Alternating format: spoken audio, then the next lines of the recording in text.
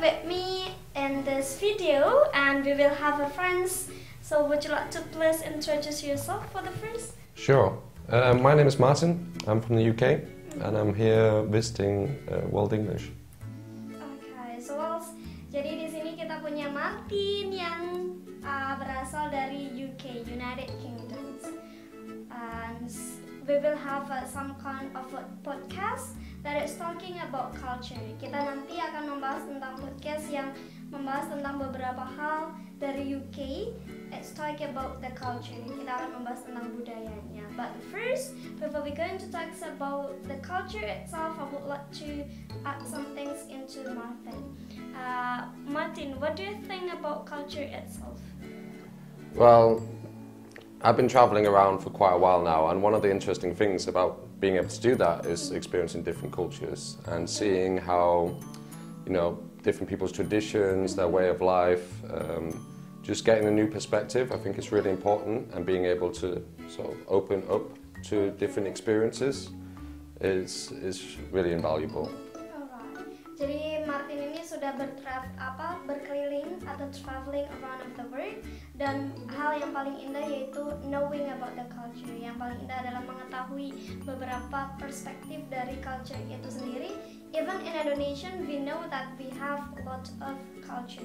Kita punya banyak budaya itu sendiri. But before we talk about the culture deeply, we would like to know that into UK and also US. Kalau kita lihat di UK dan US, we have some of people like coffee and tea. But let's see what things that Martin likes. Kita lihat apa sih yang disuka oleh Martin. That is going to be. What do you think about coffee and tea? Kalau coffee and tea. See, I'm going to be a bit controversial because I don't drink coffee. I'm afraid. You don't drink coffee. He doesn't drink coffee. But Tidak minum kopi ya. I know it's very popular here in Indonesia, and it is in the UK as well. I'm just one of the very few who don't drink coffee, but I drink a lot of tea, especially I drink a lot of tea. tea is a big thing in the UK culture. You have it for breakfast, lunch and dinner, and we have what we call breakfast tea, which is tea with milk and sugar. Okay. Yeah. Jadi kalau di UK ternyata hal yang paling disukai adalah tea, dan tidak begitu pada kopi. Kalau di Indonesia mungkin dikit-dikit ngopi, ya kan? Ngopi rek gitu. But in UK finally they really like tea. Mereka lebih banyak menyukai tea atau teh itu sendiri. Even the morning, di pagi hari, breakfast with tea, lunch also with tea, or dinner, bahkan makan malamnya juga dengan tea, most of the times. Yeah. So, how many times did you drink a tea in a day? Berapa kali nih minum teh setiap harinya? See, when I had a regular office job, it would be a lot. So, jadi kalau kerja akan lebih banyak. During the working hours, 9 till 5, I could have maybe 4 or 5 cups of tea. Right. So bisa jadi 4 sampai 5 cup of tea in a day. Just at work.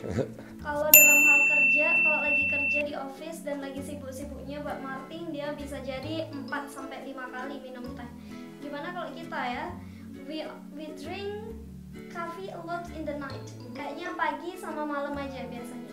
Apalagi yang suka nongkrong di tempat-tempat kopi biasanya akan dikit-dikit kopi dan kopi. Yang cowok-cowok apalagi, especially here. Did you know about kinds of the coffee in Indonesia? Have you ever tried? I've tried the luwak. Oh, luwak. Yeah. Okay. And how was the taste? Gimana rasanya? Well, it's not as bitter as the coffee I've tried before, so that's nicer. But still, because I'm not a coffee drinker, it's still difficult for me to be able to drink it. I've tried lots of teas while here as well, like lots of different fruit teas, like manganese, which is lovely, really, really nice. What about the tea? Where did you have tried before? So, I went to a luwak coffee plantation in Bali. Oh, di Bali, teman-teman. Yang sudah pernah ke Bali mungkin bisa nyobain luwak. Yeah, so I had like a platter of different tasters of different coffees and different teas as well. So there was those like lots of different flavored coffees, like chocolate and mint and other flavors. Okay. So well, talking about tea, you say that it has a breakfast tea, lunch tea, and also dinner tea. What about the time when you have into breakfast or lunch and also dinner? Is that a specific time?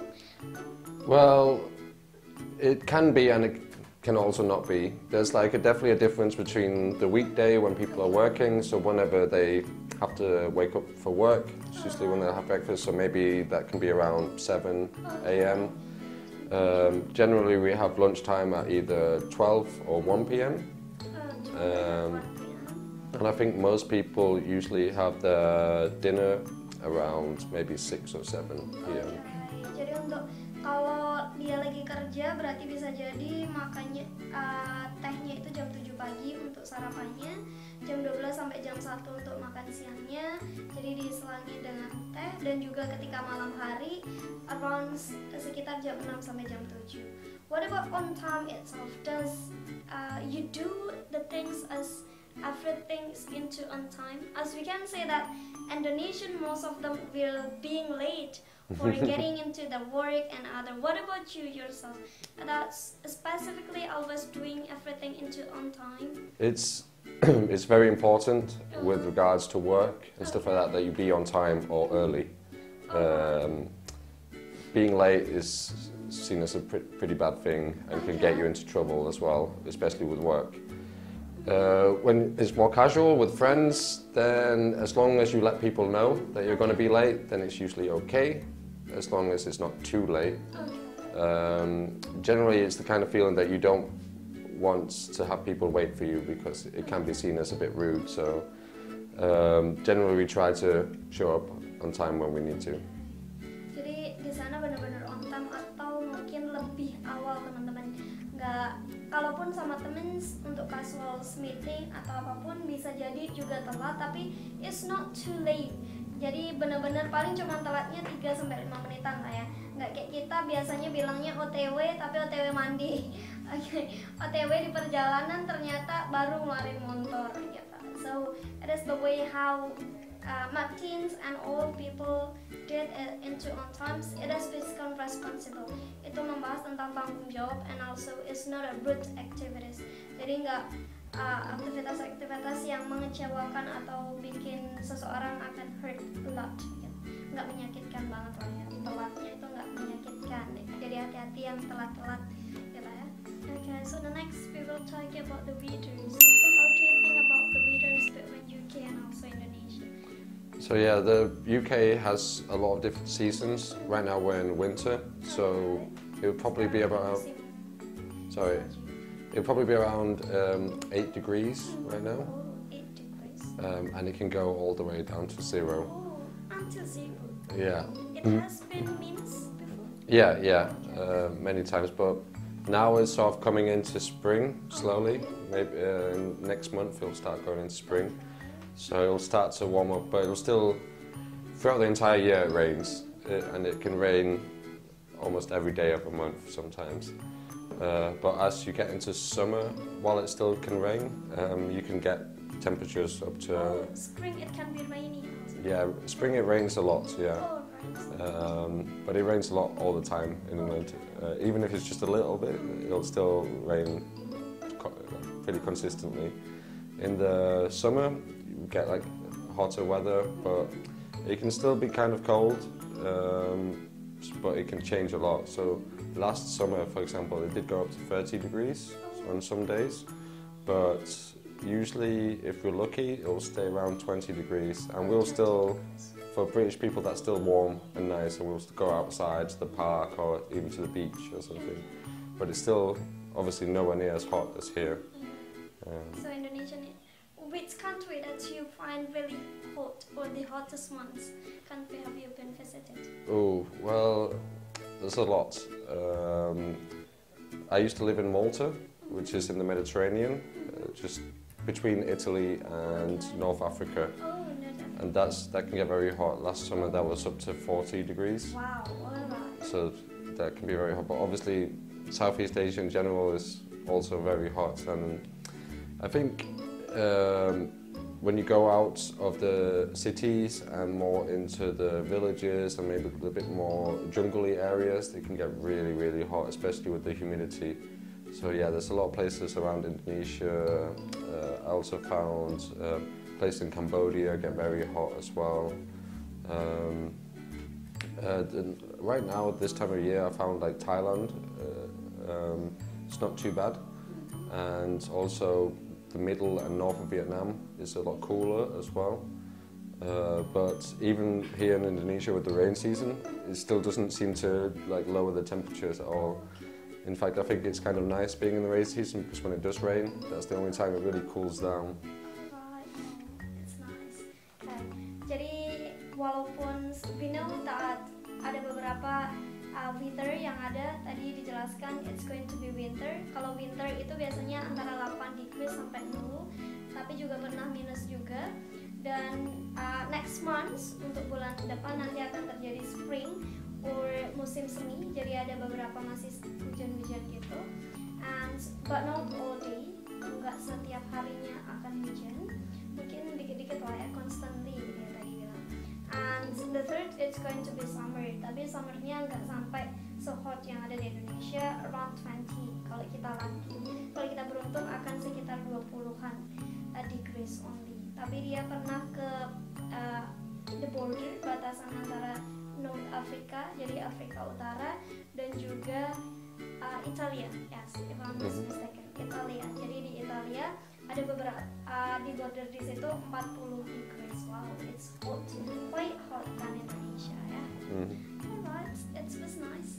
Is it done? Okay. It's clear enough actually. We will talk about coffee on time, food, and also the weather.